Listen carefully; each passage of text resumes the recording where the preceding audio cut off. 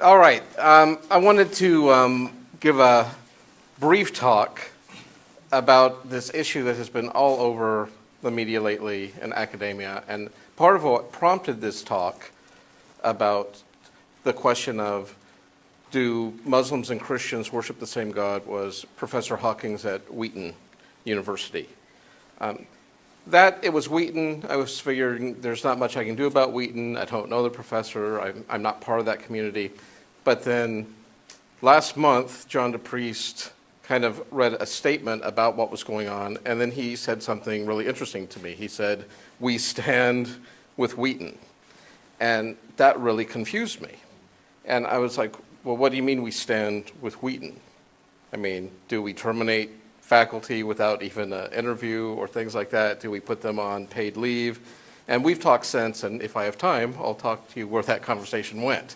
But that's what prompted me to want to have this discussion, because it wasn't just what Dr. DePriest said to us, but there was like a titter that went through the faculty, and I was hearing things like, oh, that would never stand here, or can you believe it, or worship the same God, their God isn't even real. I mean, those were just like samplers of things I was overhearing from my seat. And I'm sitting in my seat thinking, well, this is curious. I have made those statements for over 20 years at this college. And it's like, am I going to be next on the chopping block? So I want to have this conversation and go through this. I actually made this sketch over 30 years ago. So I've been thinking about this for a long time. It's intentionally ambiguous. One Father, are we talking Father God? Are we talking Father Abraham, right?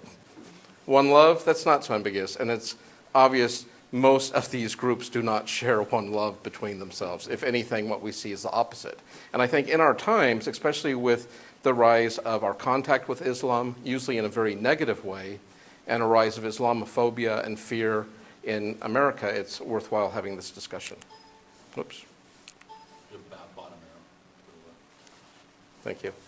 Do Christians and Muslims worship the same God? I'd like to even have a broader conversation of, would we include Judaism? Because these are the three, what we would traditionally call the Western faith traditions. I love this quote. There are no right answers to wrong questions. It's a bad question to start with, because it's a loaded question, especially when you add words like worship into it, because now we have to talk about, well, what is true worship? What is right worship? And so it's not a good question to begin with. But since the question was asked, I want to address it. The simple answer is yes and no. Yes, they share a common origin in Abraham, and Christians and Muslims both see themselves as continuations and or corrections of the Abrahamic faith tradition begun with the Jews. No, when broad similarities are put aside, Jews, Christians, and Muslims worship fundamentally different gods. Yes and no. There are foundational ontological similarities, big philosophic word for the nature of God's being, between the three Abrahamic faiths and their view of God. But there are also real and profound differences in their understanding of who God is. And see, that's the problem in our soundbite, meme-generated culture. People love to post up memes on either camp and throw firebrands at each other, but especially in deep philosophical, theological issues, often that's not enough, and you have to go deeper. Historical views on the question.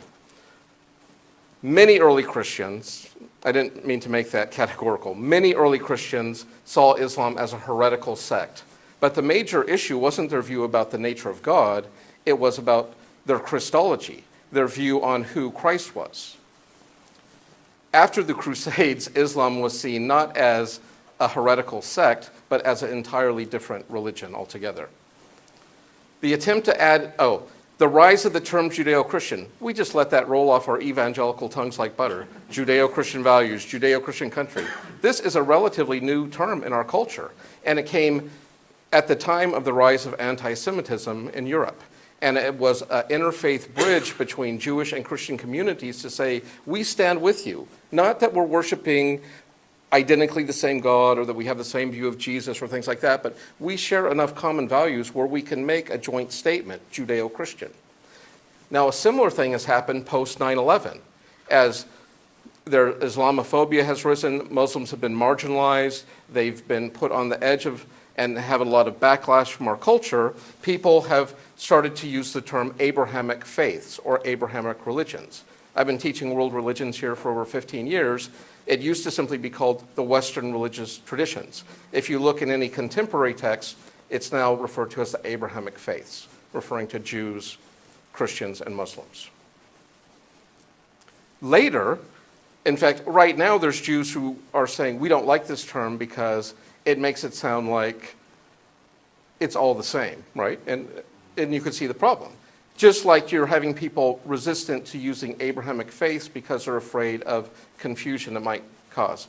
Catholic view of Islam, they believe Allah is the same God ontologically in the core of his being, but they would have radical differences about how one is saved or how one is reconciled to God.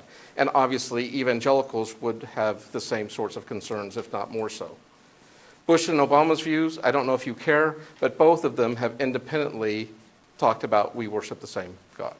And so it's in the climate, it's in the air. This wasn't just something this professor was making up. I thought this was super interesting. This is a very recent poll. This is American view at large. This is an evangelical view in particular. So even though saying it is the same God is a minority view, it's certainly not fringe. 35%, that's a chunk of the evangelical population. Academic and scholastic views of Christianity and Islam. Hawkins was a political science major. So she is coming from within her discipline, and she is looking for similarities culturally and socially between different groups and explaining them. And as out of that context, she was speaking. The same if you look at the historicity of the Abrahamic faiths. From a philosophic and comparative religious perspective, what we do in those disciplines, we are looking for both similarities and distinctions. And so when you're teaching, like when I teach a world religions class, how am I doing? We're doing good.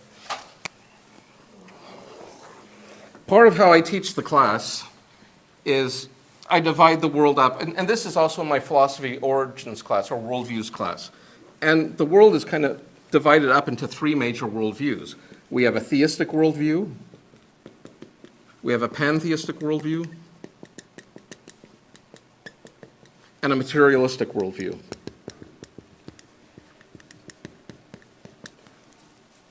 The pantheist believes there is no distinction between God and nature. All God, or God is all.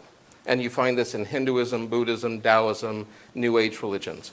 A materialist believes only the physical material world exists. There is no spiritual.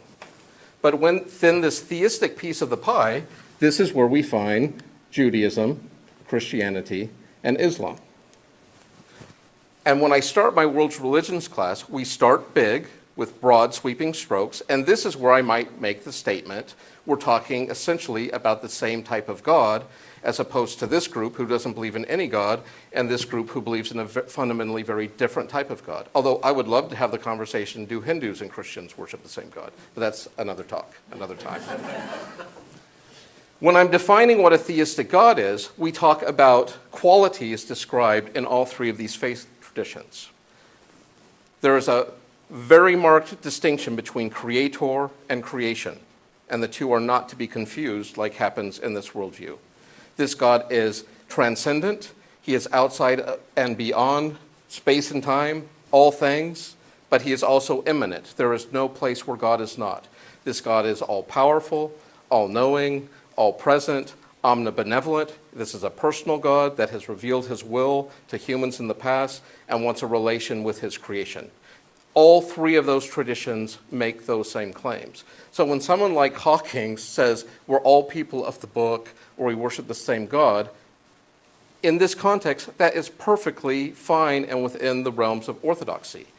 Then, as we look at these religions independently, not only do we talk about how they're distinct from each other and have very different truth claims and ideas about God, but even within sects of each group, don't see each other as true believers, or true Islam, or true Judaism, or true Christianity. Lost my clicker. Theological view. This is where I found a lot of the conflict happening, trying to be in these disciplines and talking with people in these disciplines. Because by nature, the theological discipline is not looking for similarities, it's looking for very precise distinctions because of their theological importance and significance. So, say a philosophy professor and a theology professor get in a talk about this, it could come to blows very quickly if they were not willing to listen to the other person and hear what they're having to say. Right? It didn't. Okay. Theoretically, if there was a philosophy. Right. I found this very interesting, though, when looking at this. Fundamentalists of all three flavors of monotheism are going to say, we're right, you're wrong, and this is why. Liberals of all three persuasions are going to be much more ecumenical and say, we all basically fundamentally worship the same thing.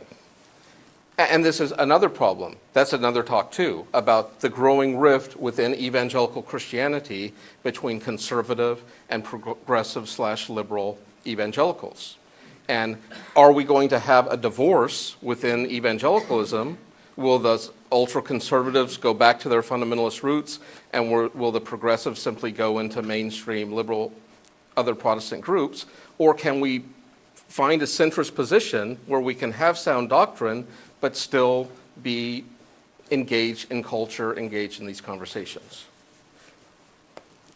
The newer religions tend to be more inclusive, the older, more exclusive. So Jews would say, Christians and Muslims both got it wrong. We had it right in the first place. There was no need for correction. Christians would say, the Jews had a lot of truth. We have more complete truth. Islam is totally off the rails. And Muslims would say, yes, we are just a continuation and a correction of those who came before us, generally speaking. And I think that's super interesting. You could say the same thing about Mormons or other people that are additions. This, I think, is really important. Because I'm more of a deontologist, I care about intention, the heart of things, and I think so does God. Sameness could be motivated by missional outreach, the desire to build bridges and show similarities in order to foster cooperation and interfaith dialogue. If you want to have interfaith dialogue, you cannot your first foray can't be, I'm happy to talk to you even though Muhammad was a false prophet. There is no dialogue after that. There is no discussion. And you might say, well, good. They're heretics, they're apostates, they don't have well, fine, but you are not going to have any sort of impact or relation in those people's life if that is your opening foray. It could be motivated out of love for others and a means by which to present the gospel in a culturally sensitive way that others can understand. And I'm going to post this video online, so that's why I put this link here so you can follow it later if you want to read the full article. This was an excellent article on this topic. Middle of the road Christianity Today, so not as far as I'm concerned. Examples of missionaries to Muslim countries. I have talked to missionary after missionary. In fact, we have several students here whose parents are missionaries, and they say, my parents always use Allah when talking about the God of Christianity, because that is the context of the culture and their generic word for God. And there's no confusion or anything. There could be, but they make it clear in the conversation who they're referring to.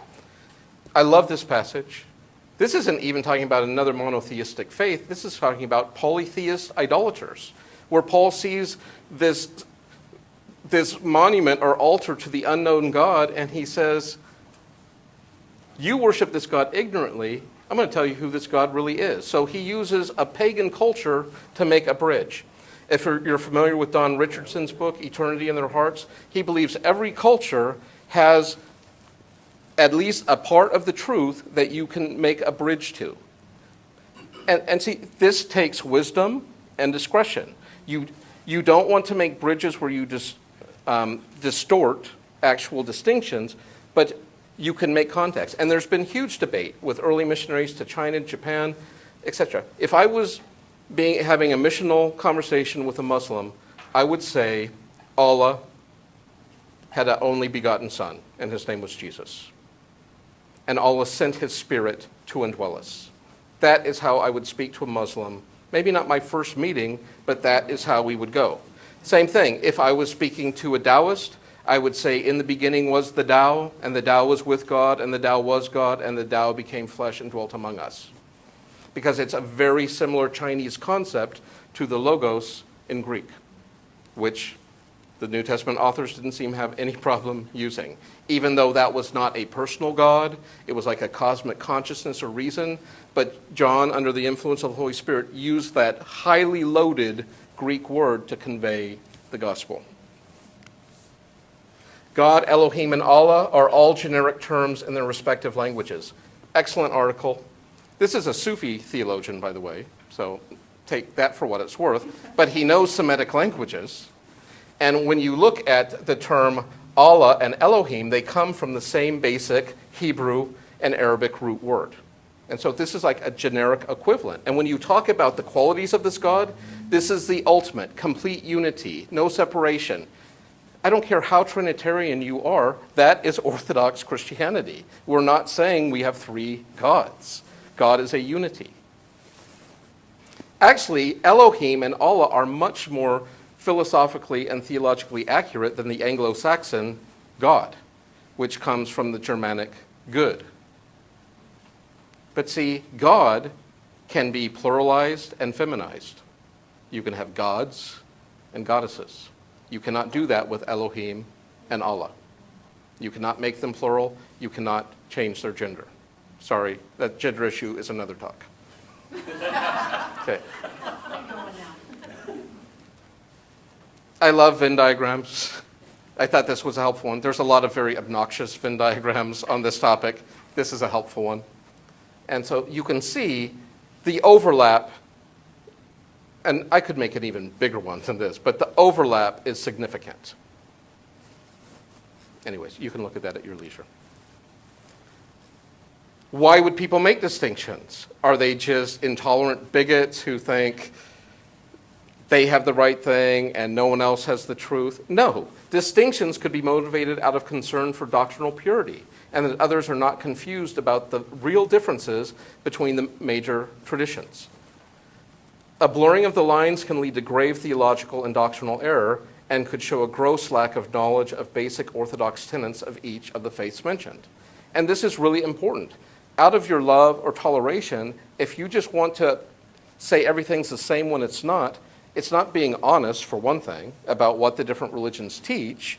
And it's basically, I would say, scholastic fudging, theological fudging, and I think it's going to cause a lot of harm. So there is a place for distinctions, and those need to be made. Maybe not at the first foray, but somewhere down the conversation, real distinctions have to be made. Otherwise, what's the point of evangelism missions if we're already worshiping the same God? Conclusion. Do Jews, Christians, and Muslims worship the same God? Yes and no. Perhaps the question itself is poor and misleading and causes many unnecessary and harmful conflicts rather than mutual respect, dialogue, and cooperation. A better question, or questions, might be, what are the similarities between these three traditions? Are there areas where we can have cooperation rather than war and conflict? Many areas. Maybe not with people like ISIS or things like that, but with many people in those traditions. What are the major differences between these faith traditions, and are these differences superficial or integral? That's very important. Are these just different words? Are they just different cultural ways of expressing the truth? Or are these really significant foundational differences? Which I believe there are. Just wanted to clarify that. Okay. What are they? If they are integral, what are they, and how can we live in peace and love for one another despite profound differences? And then finally, the real question to me is, who do you say Jesus is? That will give you much more clarity between Jews, Christians, and Muslims than do we worship the same God ever will. Because this is the crux of the issue. And then, how would Jesus have you treat those who give a different answer? Do we have time to do this? Or was God preventing that? Do you guys want to do this? I can do it in 5 minutes. It's quick. Because this is what started the whole domino thing in my mind, I didn't realize this was such a hot button issue. I should have. I don't know why. And it took Professor Hawkins by surprise too. What started, this is an excellent article, by the way, once again, if you want to see more detail. So I just want to go through what happened. She posted a picture of herself on Facebook. Oh, the dangers of Facebook, right? She posted a picture wearing a headscarf, and this was following the shootings in Paris and San Bernardino. And her concern was that because Muslims make up less than 1% of the population, that there could be backlash, and she wanted to show solidarity with them, that I, as a Christian woman, want you to know I do not fear you. I'm not out to retaliate against you. I want to show you. And she did this by saying, after all, we are people of the same book. In other words, Muslims, I don't know if you know this about Muslim theology, they accept the Tanakh, the Old Testament, the New Testament, and then the Quran. The difference being they believe the Quran corrects errors that were introduced by Jews and Christians. But they see that the Quran is explicitly clear that Jews and Christians are people of the book. And they have certain privileges within Islam. And then, this was the kicker, and as Pope Francis stated last week, we worship the same God. If you want to know more detail about that, I included her clarification and her affirmation of the Wheaton Creed and doctrinal statement, and she goes into great detail. She cites what she's quoting from the Pope, what the Catholic Church meant by that, and once again, it's like I already said, ontologically same, soteriologically different. And whether you agree with that or not, that's the context. That's it. That's all she said. Next thing she knows, she was put on academic leave where they were going to revisit her tenure and decide whether or not she would still have a job with Wheaton. 2 weeks ago, faculty members unanimously, that means all of the faculty. And these are links if you want to see the citations. Wheaton College to drop its attempt to fire tenured professor. On Friday, 78% of these professors looked at her affirmation of the doctrinal statement and said it completely complies and conforms to the Wheaton statement, which is very similar to ours, by the way. It actually might be a little tougher, which surprised me. Like, I think you actually have to believe in do we have to believe in an actual historical Adam and Eve? It's not in the statement, I think it's more implied. But they get really specific because they had issues with teachers teaching evolution and whatnot. Thank you. What was that? Thank you. Okay. Why it's there? On Saturday, Provost Stanton Jones told faculty that he had revoked his recommendation that started the termination process. And hours later, they agreed to part ways. Yeah. Now, there could be backstory to this. There usually is. This was not her first visit to the deans. So she was an edgy teacher, very popular teacher. Surprise, surprise, right? She created drama, excitement, tension, but it eventually cost her her position. But it sent a tremor of fear through the Wheaton faculty of who's next, or I wonder if what I'm doing is going to be called onto the mat, or if I'm going to get a letter, don't bother showing up Monday, we're going to talk. This is the provost. Basically, he's asking forgiveness. He's not apologizing for Wheaton's doctrinal statement. He's apologizing for how it was handled. And when I later talked with Dr. DePriest for clarification, what it meant with we stand with Wheaton, he wasn't standing with the way it was handled. In fact, he agreed with me it was handled quite poorly. And I can, by personal experience, tell you, I have been in the dean's office numerous times. I've had many letters from parents, students. I've been accused of everything from being an atheist to a Buddhist to I can attest to that. a pantheist to whatever. But so far, the school has always followed Matthew 24 principle of bringing me in and saying, hey, Well, first, they usually tell the students, have you talked to Professor Blackburn about it? Wow, what an idea, right? Like, have you gone to his office? Have you asked him to clarify? Was he role-playing in class? Was he doing an Islamic perspective? Have you asked him what he personally believes? If that doesn't work, and usually by then it's too late, because letters, in the past when we were affiliated with Shadow Mountain, they would just go straight to David Jeremiah, and then it would be the trickle down from there.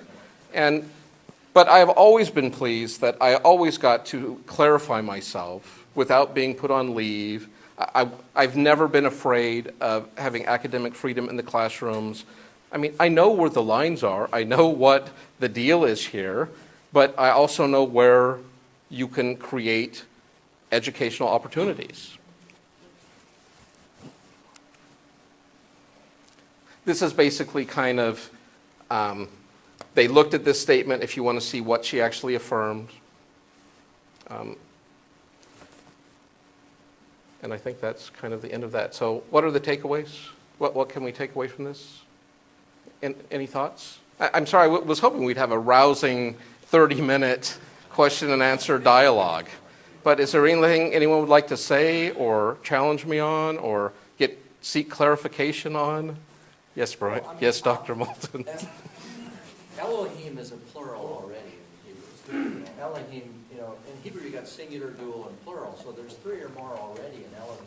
I'm just wondering if Allah is also a plural, or whether we have any idea. It's a singularity, but it's the same root word in Hebrew and The El part, Elyon, Yeah. Elyon, Right. El Gabor. I don't know if you could hear that, but the head of our Bible department just pointed out Elohim is plural. Okay. Carl. Mike doesn't mean I've heard you say that. That was Brian Moulton. Maybe I misunderstood, but you said that Islam, radical Islam, would understand us, like ISIS and all of the terrorist groups. I don't think they do. I don't think they would like to even share the same ideas. This They is just believe in their radical ideas and Okay. beliefs, or if we don't comply with that, they'll cut our throats. right. One of our business professors just said radical Islam like ISIS would not see similarities, but would just as soon cut our throats, more or less. This is why ISIS has been denounced by the vast majority of Islamic scholars as being fringe Islam. Now, you could say they're militant fundamentalist Islam. I would agree with that. But even then, they are really fudging some lines with what they allow and do in their practices. So, but that would be a great talk if you want to have more detail on sects within or the spectrum within Islam. I'd be happy to have a talk about that. Yes, Joe? I think the added dimension to this is in a materialistic dominated society, we're all lumped in together anyway. Right, They see it as a religion, non-religion issue. right, So they're on the outside looking in and saying, how are these people interacting? And when they see this, what they would call internal strife, that makes them say, we don't want any part of that. right. And we're losing our opportunity to bridge there. I think the church overall, this is something we overlooked, that we're so busy trying to be theologically correct and get it all right, we're forgetting that our ultimate purpose isn't cleaning up our own, corner of existence here. We're to be reaching out and trying to bring people into the fold. Right, thank you, Joe. That's a very good observation. In fact, the most heated flack I've gotten from this isn't from within evangelical community, although I've had some knockdown drag-em-outs there. The really intense ones were from people coming from materialist or pantheistic worldview, which just accused me of being a bigot, a tolerant, trying to make a wall around my camp and saying everyone else is wrong. I'm just like, for heaven's sake, I'm trying to build a bridge here, not a wall. And I think that's good insight that outside of this theistic piece of the pie, yeah, we all just look the same, a bunch of crazies with imaginary friend that's telling us to do bad things. Last one from Steve, and then I think it was very balanced, Fred. he said it was so balanced and the best talk he ever heard. I think the pushback comes from, because the Bible is so full of categorical morality. And so when someone says a statement like that in the context of a classroom, students could be easily confused. And I think that was probably what brought about their initial reaction. But I think what you're saying is really good, is that we should approach the issue on areas where we have common ground initially, but be clear in our thinking on the differences, which are, as you pointed out, very significant. Yeah. Especially in the areas of soteriology, and I would say in theology probably. Sure, because you're a theologian.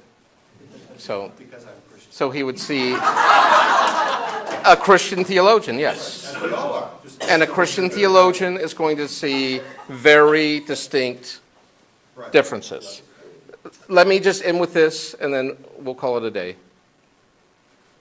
We can be both doctrinally sound and still be loving and kind to those who are different from us, whether those differences involve religion, worldview, politics, race, gender, class, nationality, or sexual orientation.